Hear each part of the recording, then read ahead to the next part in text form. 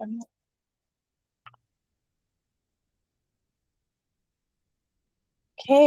welcome everyone again, and thank you so much for joining us today for our cybersecurity webinar. We are really excited to have you here with us.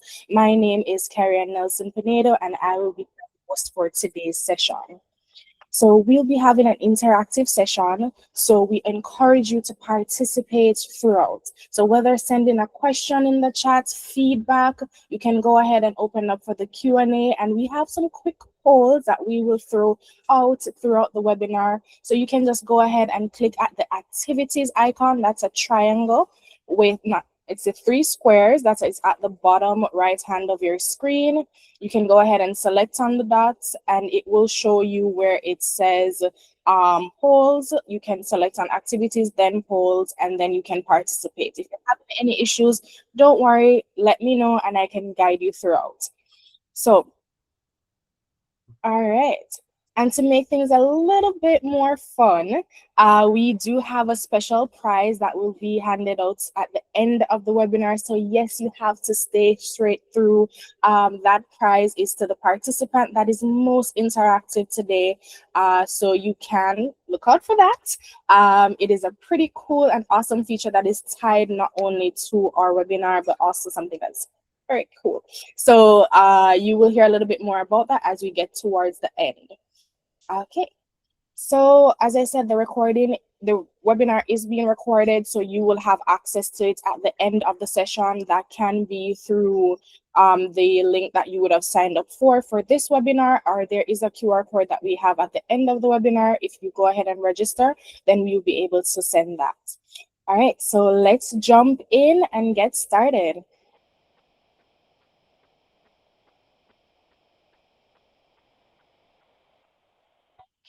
So I'm joined today by 2 excellent presenters who will be bringing the strategic and the technical expertise to this conversation. First, we have with us Mr. Feroz Hanif, who is our founder and CEO here at Qubit Consulting, who will be wearing the hat today of the business expert. So he'll be guiding us through the business side of cybersecurity and how it helps your organization to understand the risk that is translated in the financial aspect, operational, and reputational impact that can affect your business. And also joining us today is Mohammed Rafiq, who is our cybersecurity specialist. He will be talking about the technical side. So he'll be doing demonstrations on how modern cybersecurity solutions actually work in real time. So we have some amazing nuggets that is coming up. So he'll talk about the threats, how they're detected, and how they are stopped automatically before the business or any type of interruption happens. So together we will complete the view of the risk to solution, so you can walk away with not only insights but practical understanding. So here's a quick look at today's session. So it's a simple and practical session where we'll be focusing on 3 battlegrounds. Yes, we call them battlegrounds because, as you know, in the cybersecurity space, it is literally where anything can happen, an attack happens, and everything can go haywire. But in these battlegrounds, you will get the most insights on how to stop and prevent these attacks. So we focus on email, identity, and endpoints. For each one, we'll explain the risks to your business and then focus on a live demonstration. By the end of this webinar, you should be able to see how this in action can fit into your business. And we will, with that being said, we will hand over to Feroz, who's going to talk about a little bit about the business reality. But before we jump in, Feroz, just a quick nugget. As mentioned before, this is a session that is going to be interactive. So I'm going to share in the chat real quick with you a quick question. So I want you to answer yes or no. How many of you still see cybersecurity as primarily an IT responsibility? Yes or no? Just go ahead and send your answers into the chat while Feroz goes ahead to set up for his segment.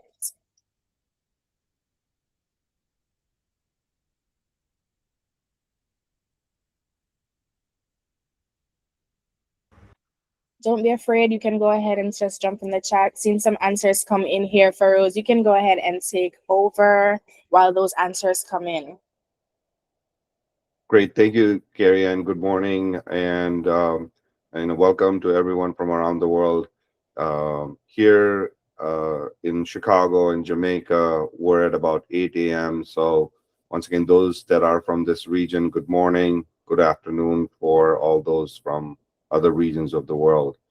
I see some great responses coming in, so that is great. We definitely want to make this more interactive. Um, but as you guys do so, and we'll have somebody collect your responses as well, let me talk to you a little bit about what's happened in the last maybe 10 years in terms of cybersecurity. First and foremost, um, the cybersecurity landscape has become way more complex. It used to be that when you had antivirus software, and the antivirus software would detect different kind of malicious uh, software that somebody would put on, and that's about it.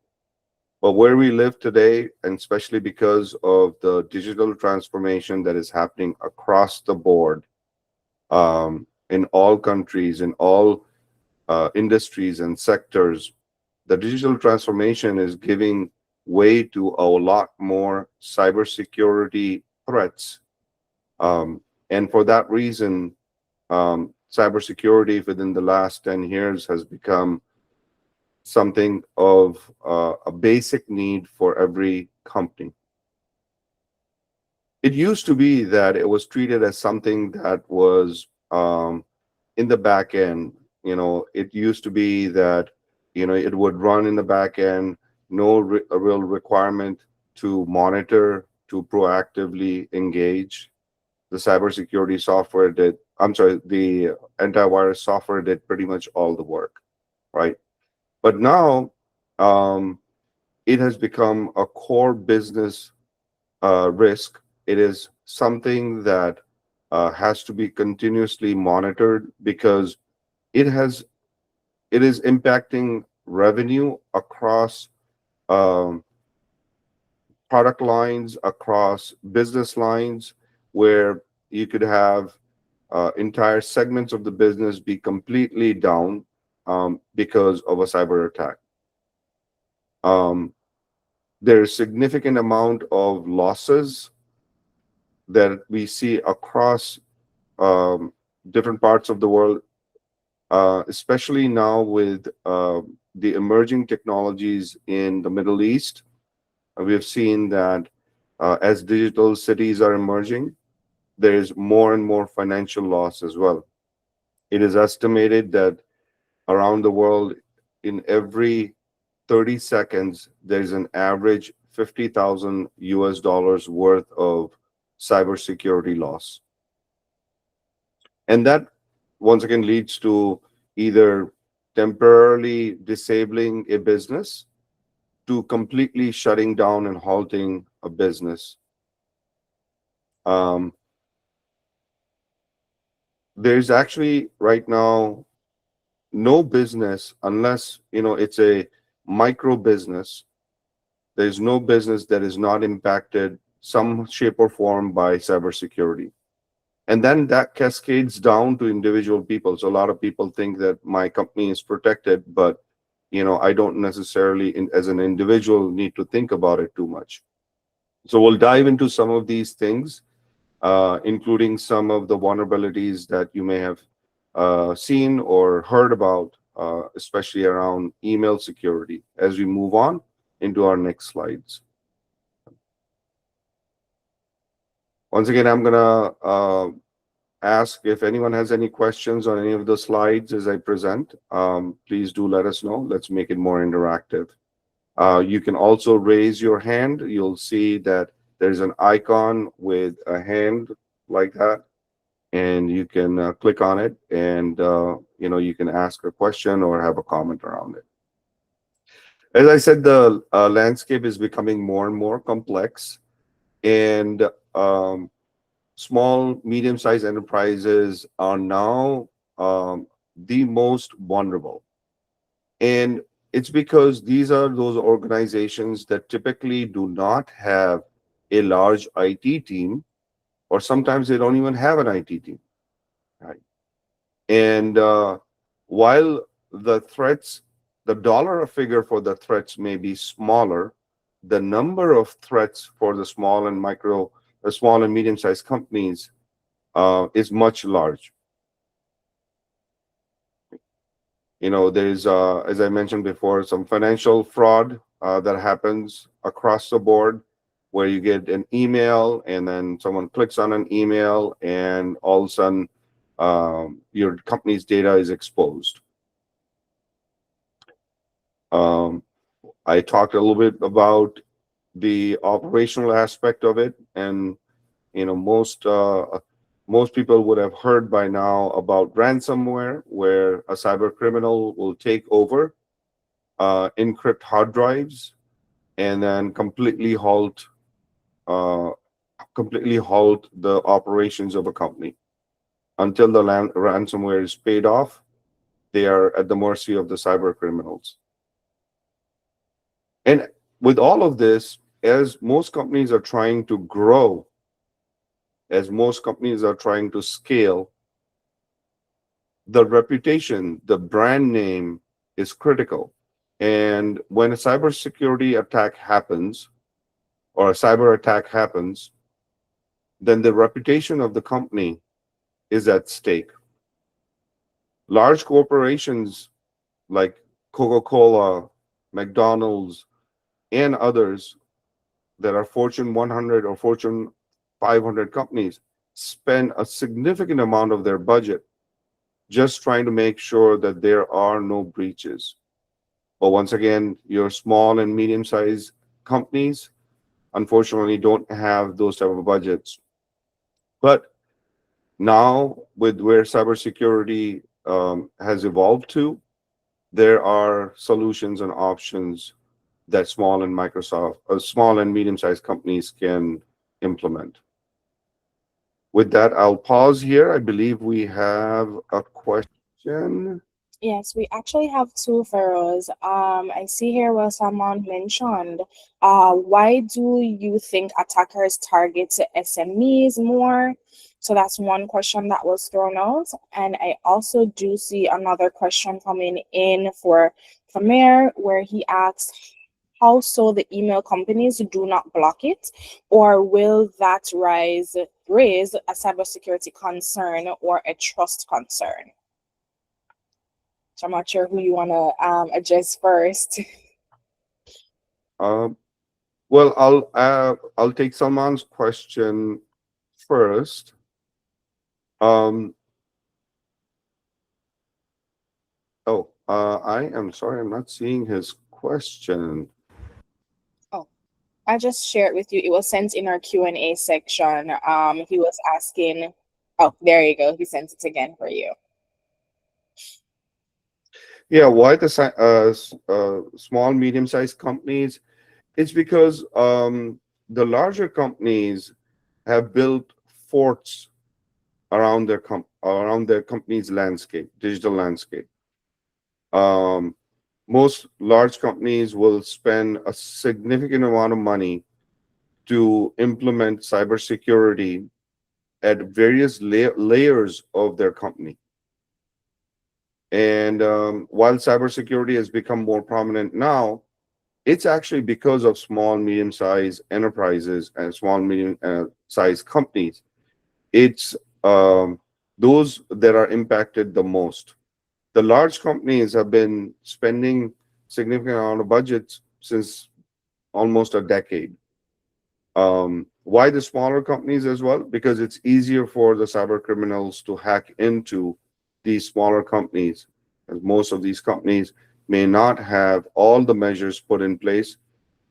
Once again, with this budget constraint, with resource constraints, right? And so it's much easier for cyber criminals to just exploit some gap, some vulnerability on your computer. Because a lot of times, most small companies, they don't focus on putting the right patches, the Windows operating system patches, or if they're using any kind of third-party product, they may not update those patches in time. And then from a network perspective, now the cyber criminals are able to get in through the network by something called cross scripting, right? And so unless those guardrails, unless those um, uh, keys and locks are put in place, cyber criminals have an easier access through the small, medium-sized companies. Salman, hopefully that explains that, right? And the next question here is a Tamer. I think I'm maybe not pronouncing the name right here, right? Um, the email companies like Microsoft and Google, which are the two big ones, do put in measures for phishing emails. Um, but their primary focus is more on providing the service than to secure the business. Now, they have other products, like Microsoft will have Defender, right? But what we have seen in the industry is that even that will have emails come through. That's why you get a lot of these spam emails come through. And similar to spam emails, you have phishing emails come through as well. And it's just because those companies, their primary focus is the email service and not necessarily cybersecurity. So I hopefully that will answer some of the concern about email. Email uh, will always be the primary means of communication, and so we don't see we don't see email companies putting in enough of the measures, especially now with AI. Um, the rate at which the cyber criminals are sending these type of very sophisticated phishing emails is just growing by the day.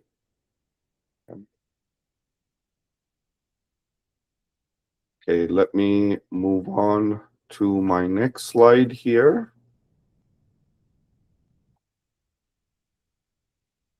I think this is one of those where I'm going to reiterate again where the gap is. Small, medium-sized companies. It's not the large enterprises, right? And one of the other things that's happening here in this landscape is that because of the gaps in security with the small, medium-sized companies, the cyber attacks use them as an entry, as a door. With supply chain being digital now, most large companies have smaller companies that supply whatever raw materials or products that they need in order to manufacture, right? And what we have seen is this rise where the cyber criminals use the small, medium-sized companies as a gateway, and they'll come in through their network, hide in their network, and then open up a channel, a door into the larger organizations. And to avoid that, once again, the very large companies, what they're doing is they will mandate that the small, medium-sized uh, supply chain providers have cybersecurity certification, have audits to ensure that the large corporation is not going to get impacted by the small, medium-sized companies. Okay, let me move on to my next slide here. Before you move on, Feroz, I do have a question to our audience here.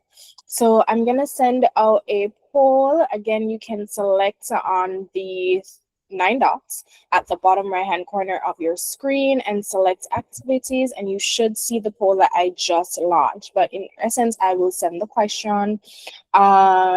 So, on a scale of 1 to 5, how confident are you that your team can detect a threat before damage happens? So, go ahead and select the answer on a scale of 1 to 5.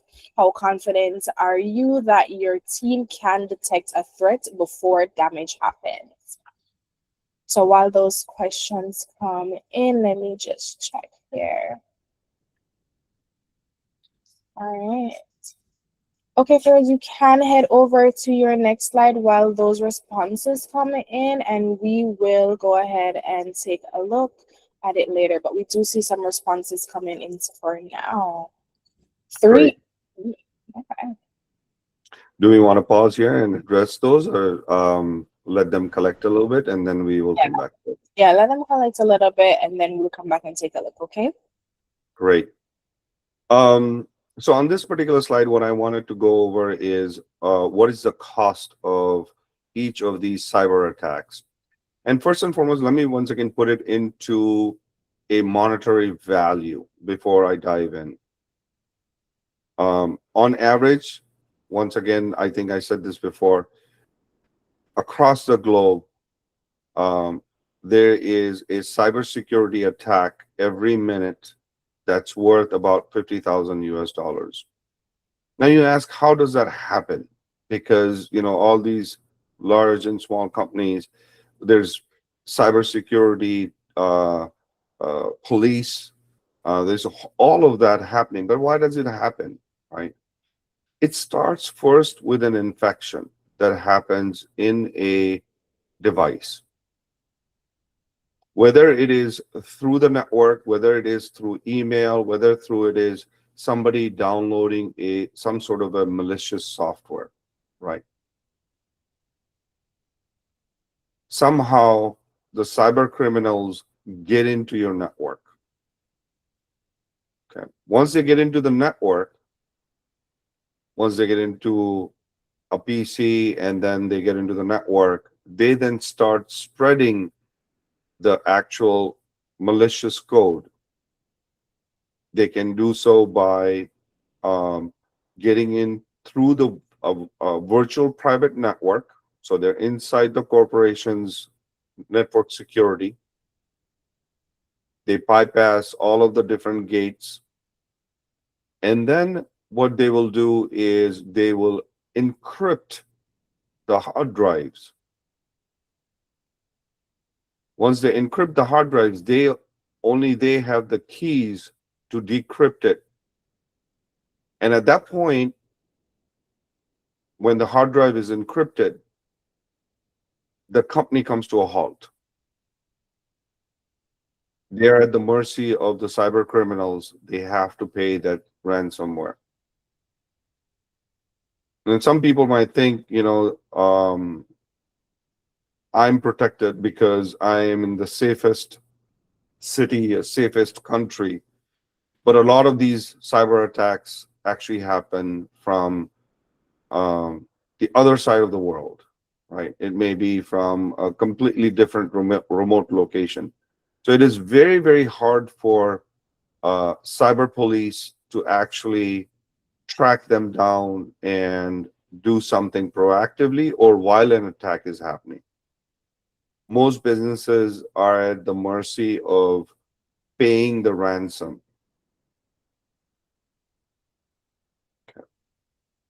So Feroz, from these three stages that you mentioned, which one is the where most companies then realize, oh, I've been attacked? Is it at the infection stage, the spread, or at least at the halt? I think the most important is the first step.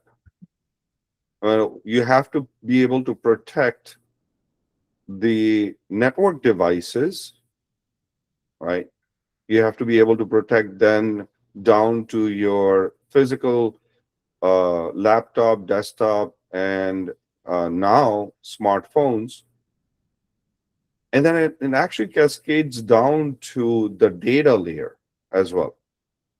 So just like in your home, you would have multiple different entry points. You may have your front door, a back door, you may have windows, windows on the first floor and the second floor.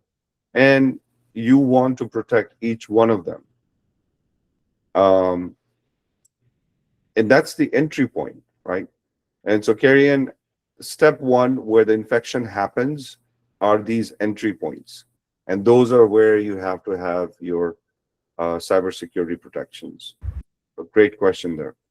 Awesome. So I see here Melissa stated that she's still learning, and even with the polls, we do see where persons were at a 3 in terms of confidence. So there's somewhat a confidence there, as you mentioned before. There are persons who would go and do a little certification, but not the full scope of cybersecurity understanding. So they're not 100% at the confidence level in small to medium size. So she started her small business in nursing care agency, and she's looking to start her own website online. So she wanted to look at some pros and cons. But Melissa, as we go throughout this webinar, I hope you will be able to see what the pros would be for having cybersecurity and also any drawbacks that may happen. But as we go into now the battleground phase of it, where Feroz will be talking a little bit about specific impact, so that email, the identity, and also in regards to the endpoint risk. So as we go over to that, which I'm going to hand over to Feroz, and we do those demonstration, you will be able to see that as well. All right. Yeah, this is where we become more interactive, and yeah, we'll be able to show you some of the things as well, right?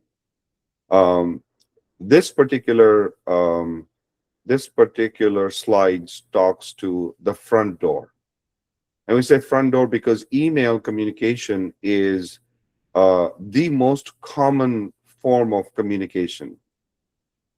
And this is also where the cyber criminals have the most sophisticated attacks. And now with AI coming into the mix in the last few years here, 2 to 3 years, it has become increasingly more in terms of the attacks and increasingly more in terms of the complexity of the attacks. I think we've all heard about this. We've seen some of our friends suffer through this. This isn't something that is uncommon. It's a very common thing where someone gets a particular email and they feel like, hey, they're being asked to click on something, and that link takes them to a website that feels and looks like it is very legit. But at that point, the cyber criminals have already taken over the credentials, right? We if someone hasn't seen the movie The Beekeeper, I would highly encourage people to see it. So Melissa, definitely if you get a chance, see the movie The Beekeeper. And that particular movie highlights uh, this particular threat we're talking about, which is sniffing emails, right? It goes into much more detail. You'll see the losses, which are in the millions. Um, Most of the time, the client's data is also compromised. And what I mean by that is if you're a small, medium-sized company, you have your client, your customers' data. And it'll be a cyber criminal just watching and collecting information, not doing anything malicious, taking that data and then selling it on the dark web, right? Is also very common. That's how you end up getting spam emails to begin with. That's how you end up getting these uh, uh, sniffing or phishing emails to begin with. It's because someone's data got breached and a whole lot of email addresses and names and phone numbers got exposed. So keep that in mind as well, that it may not just be ransomware, right? Bringing your company to a halt. It could be somebody silently watching and collecting all of your customer and clients' data. I Yeah. think we have highlighted one of the statistics over here. Over 90% of cyber attacks are initiated through email. I see there were some comments here, so I'll pause this a little bit. Yeah, I think Melissa was just agreeing, and she will definitely check out the movie. It's called The Beekeeper. It's a really good watch. It shows a lot about phishing emails for sure, and how quickly it happens. Just a one click, you would never know. Feroz can talk about like the different changes, but we're gonna send it over a little bit to Rafiq to show us the technical side of this in real time, how this will look and how can we resolve it and what tools can we use to resolve that. So he'll talk a little bit more about that, and Coro as well being one of the tools that you can use to resolve that. Rafiq? Thank you, Kerry, and hello, everyone, and a very warm welcome to you all. So my name is Rafiq. I am from Pakistan and working as a cybersecurity analyst in Qubit Consulting. So first of all, let me share my screen.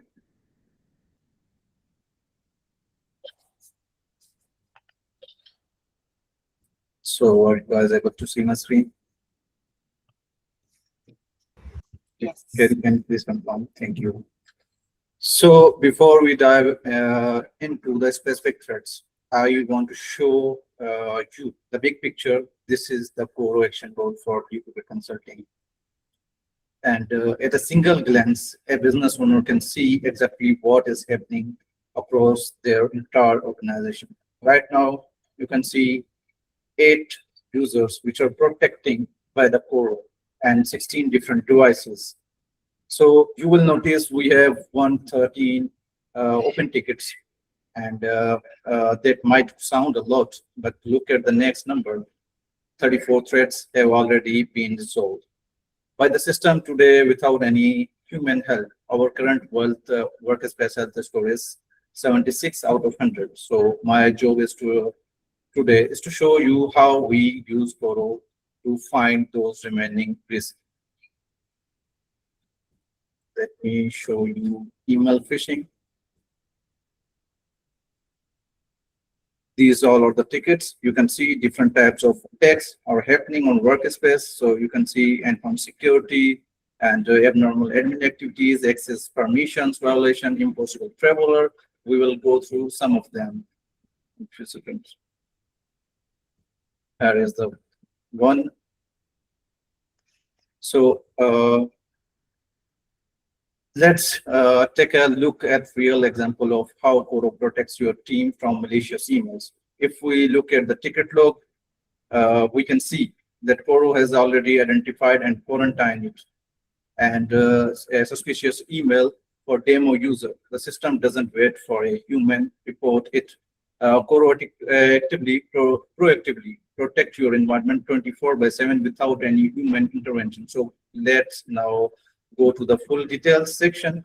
So here you can see the subject line, change a password, change of password required. So basically what attackers do, they will play with the human psychology. So as you, I think some of the questions were mentioned that email companies can do protection for their clients, but they cannot do, because every time the attacker use new tactics for attacking to, and they play with the psychology, they play with your emotions like fear, urgency, and different kind of other stuff.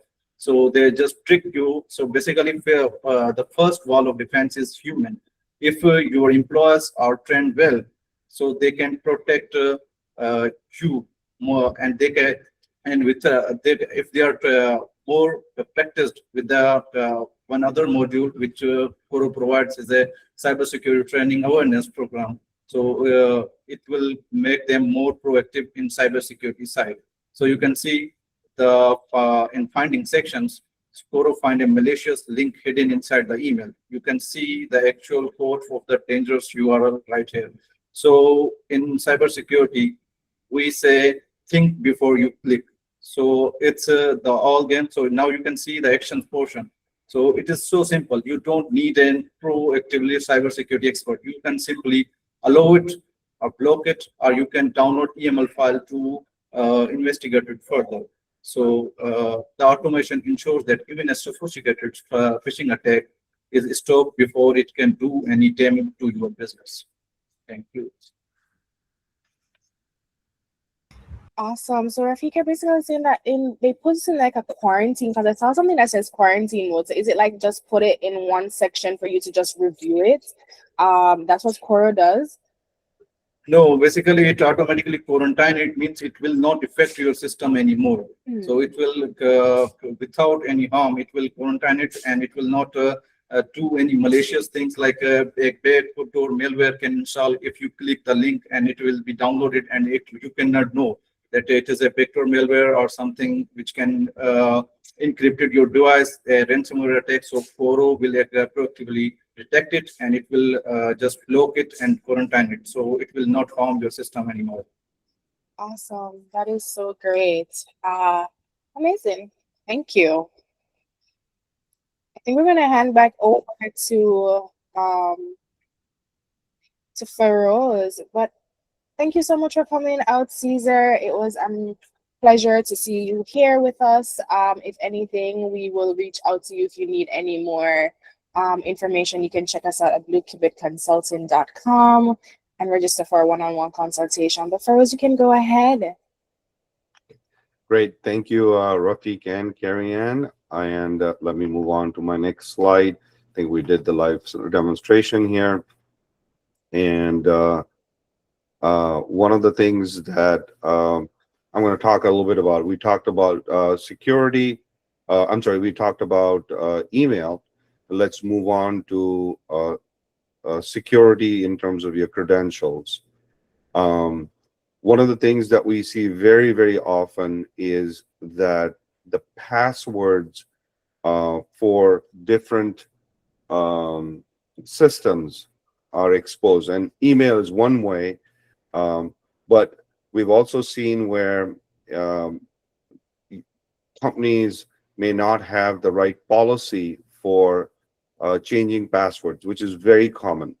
One of the best practice is to have the passwords rotate or change every 90 days.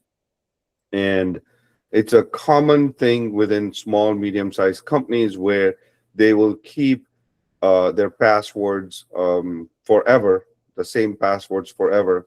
We've also seen where companies will have very, very lightweight passwords, a password that will be called password. We've also seen where companies will have no password at all. And so these are some of very, very high risk practices, and something that is very, very easy to do. If a company has a policy, which most companies these days have a policy, to enforce that policy. Now, typically what happens is companies will train their people that they should change the password, but there is no auditing, there is no enforcement. And that is the reason why passwords don't change at some frequency. And once again, the impact of this is very obvious. Passwords that are not sophisticated or no passwords at all give cyber criminals direct access to business sensitive data. This is where your company's financial data, it could be your customers' financial data, it could be something as simple as just email and names. And cyber criminals will exploit that, will take control of that, and send it on the dark web. So something as simple as password is critical for cybersecurity.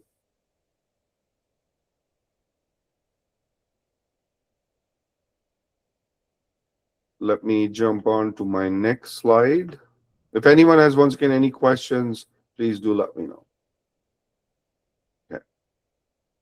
One of the other things that has happened, especially now with after COVID, uh, companies have allowed their employees to work remotely. But even before then, what we have seen is a lot of companies are global in nature and will have people travel all over the world. And as people travel, sometimes they will connect to a Wi-Fi. They may connect to some other company's network if they're visiting, and all of a sudden, someone will take over their credentials.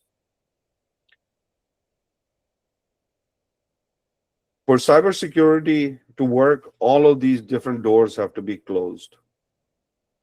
And so, one of the things that should happen in any secure platform is when you have people who are working remotely or traveling, if they connect to a Wi-Fi that is a high risk, the cybersecurity system should be able to flag that. But more importantly, if there is any suspicious login from any part of the world, the cybersecurity system should be able to say, hey, I know Feroz is in Chicago and logs in from Chicago almost every single day. So if all of a sudden Feroz logs in from a different part of the world, the cybersecurity system should be able to detect that and say, hey, this is a suspicious login. Now, I travel very frequently. I do not want that every single time I go to the same place or the same hotel network I'm connected to, that the cybersecurity flags me every single time. And you have to have a cybersecurity system that is able to detect and has the intelligence to know when there is a threat and when someone's doing their normal work. Okay. For that, once again, we're going to have a quick demo of what that utility looks like. And so I'm going to hand it over to Rafiq to give us a little bit of a demo on identity. Thank you, Feroz. So, as Feroz mentioned, so he travels usually. So most of the thing, what if he is in the plan and his credentials are compromised? So what he can do, he cannot use internet at the same time, and he cannot change his credential immediately. So it will impact his business at that time, and he can lose everything because he has a remote company. So now today's world after Corona, everyone is remote, and they are they are working remotely, and their data is in cloud. And they, if Feroz just lost his credentials, but he should have that much cyber security system that can protect when he is not present. That can protect it 24/7. So here again, Coro comes in a place. The other module of Coro, which will be like a impossible traveler. So that is exactly what the system detects. Even if the hacker has the correct password, and Coro identifies the suspicious behavior and automatically suspend its account. So you can see here is the full overview for the ticket which is generated for impossible traveler. So let me show you how it real works. Here we are see in the ticket log. You can see the several alerts for the impossible traveler, and the source destination was United Kingdom. And at 11:30, oh sorry, 12 p.m. And after that, you can see. Let me go through details. 12 to 11:12 a.m. and after an hour, the user is logged from the destination, which is from India. So it is impossible. No one can travel from the UK to India in just 60 minutes. So Coro identifies this as a potentially unauthorized access.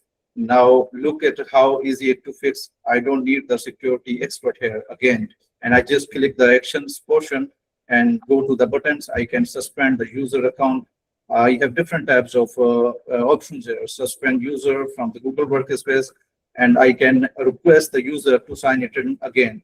And also I can contact the user. So this is how Toro keeps your business protected, safe from identity theft without needing a huge IT team proactively 24/7.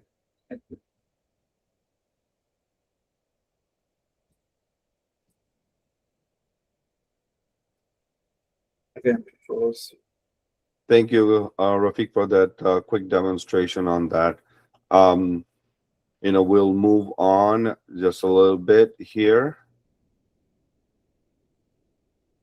So one of the other concerns that most companies have is, they have a workforce, they have smartphones, they may have other devices, and all of these different devices have to be secured in order for the complete cybersecurity protection. And this is where most companies, what they do is they will have a different software solution or a hardware solution for the network, and a different solution for the devices, and a different solution or no solution for their data. And it becomes very, very hard to manage all of these different domains and different devices and different software systems. That's where a unified solution is the right way to go. And the product that we support, which is Coro, is a unified solution that goes across from managing and protecting your domain to your network devices, to your laptops and desktops and your smartphones, down to your data layer. So if your company has a secret sauce or some secret sensitive information, the system will actually prevent that from leaving your company. If someone has a healthcare system or a healthcare company, the system will prevent any kind of patient information going out to a public domain. Similarly, if someone has a financial system or a financial client, their data will be protected through the Coro system, not left up to the people to manage that.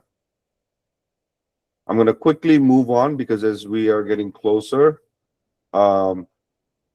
let's do a quick demo. Rafiq, back to you on comparative analysis.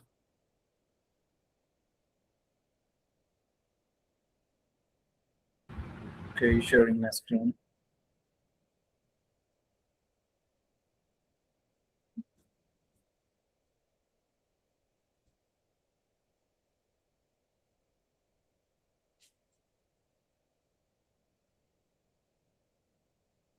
So now let's move to our final area of focus, endpoint security. So your teams are often the final target for attackers, especially with remote work.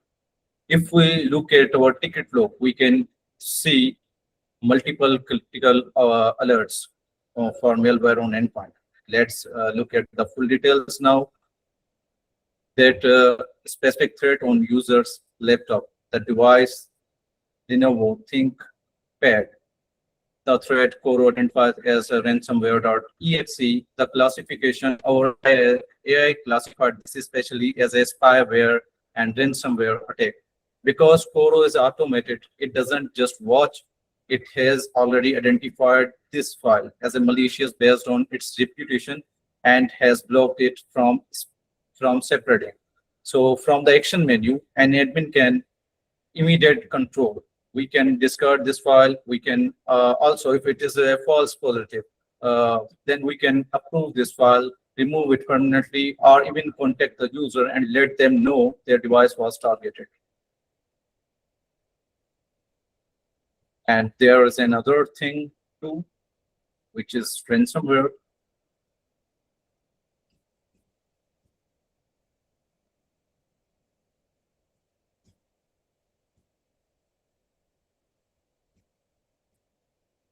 But what if we have a new type of ransomware tries to attack?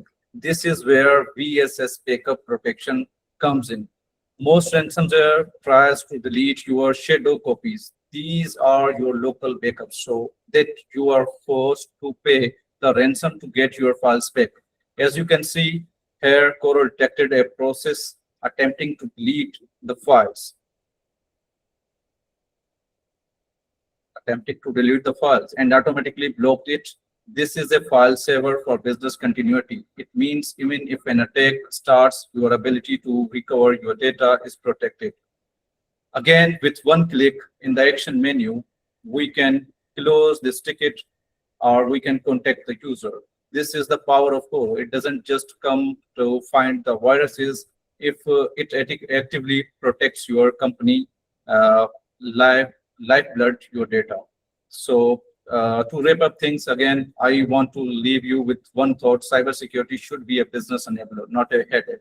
So today we saw how Coro handles our 100 open tickets and auto resolve the most dangerous ones like ransomware and identity theft. We don't just find problems, we fix them with one click. Thank you.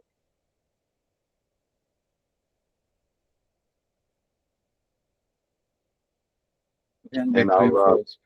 yep, and let me get to the last here. In fact, we have a few slides, but carrying back over to you to kind of wrap this up. Okay, thank you so much. Let's go to the next Oh, slide. I believe I am Right there. Oh, right there. okay. So as you all know, thank you so much for what we just presented on. Was you saw some live demonstrations for different target areas and how the business can be impacted and what tools we can use. So as you see, Coro is an all-in-one automated system that can tackle those different areas, from email security, identity protection, endpoint security, and that all lies in the network. So they're all interconnected and it is a unified platform. One scan, one click, not much in interaction with the human side of things, but you are still involved where you go ahead to review those tickets and close them out. But Quora does most of the grunt work for you. So moving over to the next slide, and before I jump into that, I do want to say thank you again, Feroz and Rafiq, for your key insights. And what we reviewed today, we're seeing where realities are different in terms of the two operation models that we have here. On the left, you see that traditional security. So multiple devices are connected, are disconnected. Manual effort is heavy and slower reactive response. And then going over to what we demonstrated today, which is the unified system and automated decision making, so that real-time threat prevention. And with the right ecosystem, because it is an ecosystem, it's more than one. So everything together works and gel together to shift from the reacting to the problems to preventing disruptions altogether. So I'm gonna send a few things in the chat here. Well, before I do that, I'm gonna send a poll, another poll, which I want you to let me know. Where would your organization place today? Is it closer to reactive, which is on the left, that traditional cybersecurity, or are you closer to proactive, which is on the right, a more unified approach? So while you send over those responses, we're gonna gear up for the question and answer. First, if you can go ahead for me. to the next slide. So while you go ahead and drop those, I'm just going to talk a little bit about the challenges and what those pros and cons are, as Melissa mentioned. So a lot of persons will talk about cost. It's very expensive to have cybersecurity. It's complex. We don't have the expertise to manage and monitor this, and it takes up a lot of time. But in reality, in the modern cybersecurity space, and of course with Coro at the hem of it all, you can see where the cost is predictable and scalable. So we're able to offer those packages that will fit within your needs and also within your budget. Complexity, it's a unified platform. There's no complex to it. The system does the work, you review, you reach out to whatever expert that we implement into your package, and then we get it resolved. So that goes on to the expert component. It is AI driven. I'm pretty sure a lot of you hear about AI all the time. It's happening. That's the way the world is going. Coro has that built in and has been doing that. So it's AI driven solutions, and everything is automated. So from the threat detection all the way to the resolution, everything is automated. So I'm going to open up for any questions at this time. If anybody has any questions, you can go ahead and submit. And if you are facing a challenge, go ahead and let me know what that challenge is. Is it the cost, the complexity, or the expertise, or is it time that you're worried about? And let's have that discussion on how we can resolve that. So I'm just going to open up for any questions at this time. Don't be afraid. You can go ahead and drop a question in the chat, raise your hand, open your mic. Question can be for Feroz or our technical expert, Rafiq.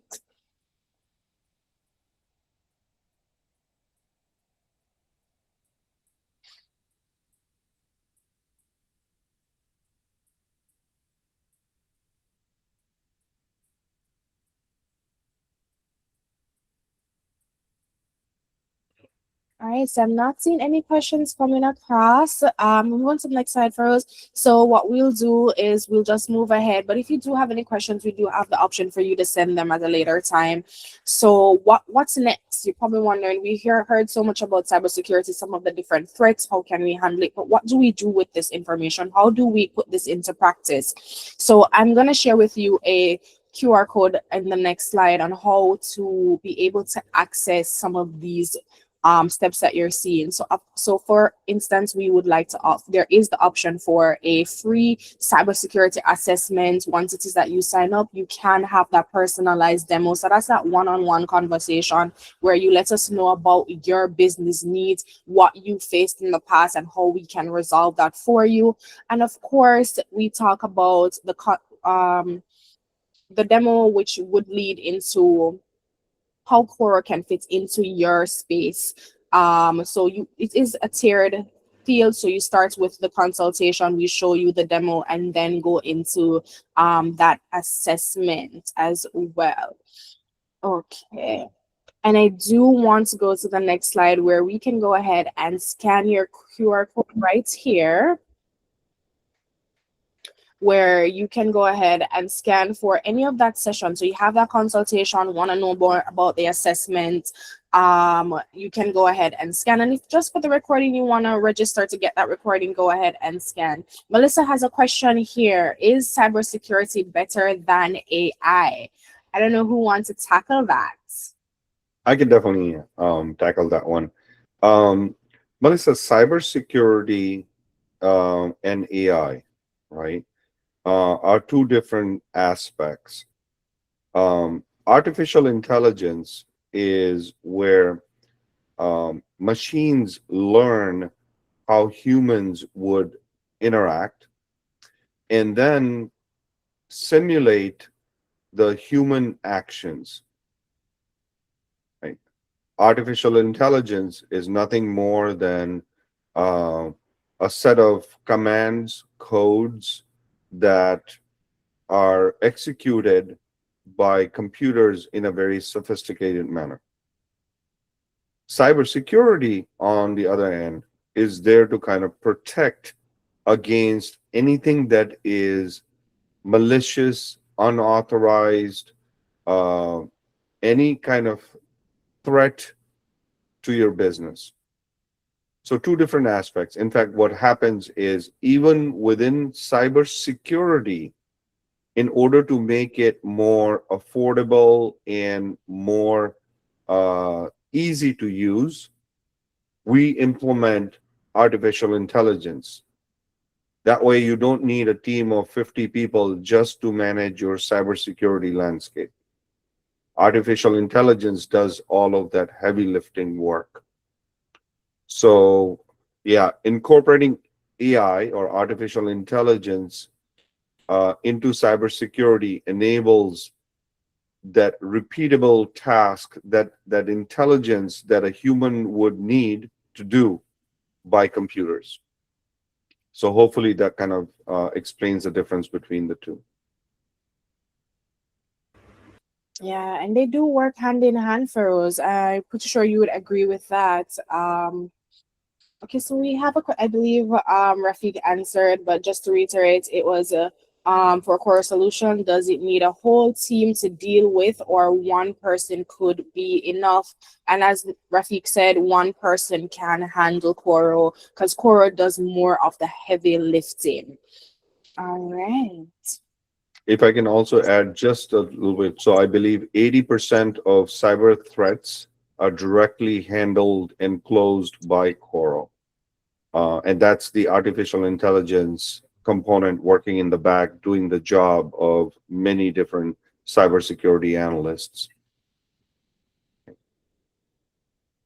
That is indeed correct. Okay, so before I close out, you all remember I gave a nugget. I said that we're gonna be giving away a prize. And based on the interaction today, I would say that we have a winner, Melissa. Awesome. So she's been participating both into the polls and also on the chat. Melissa, we will connect and see what that prize will be. So what I'll do is, if you can, did you register through the link? Or if you can't even scan the QR code, you can let me know how you registered. If not, we will set up to be able to, so you can get that prize. Okay, so let me know in the chat how you registered, and then we can focus on that. Okay. Also, I'm going to share with you all the link for you to be able to, if you're not able to scan the QR code, here is the link for you to register for that one-on-one consultation.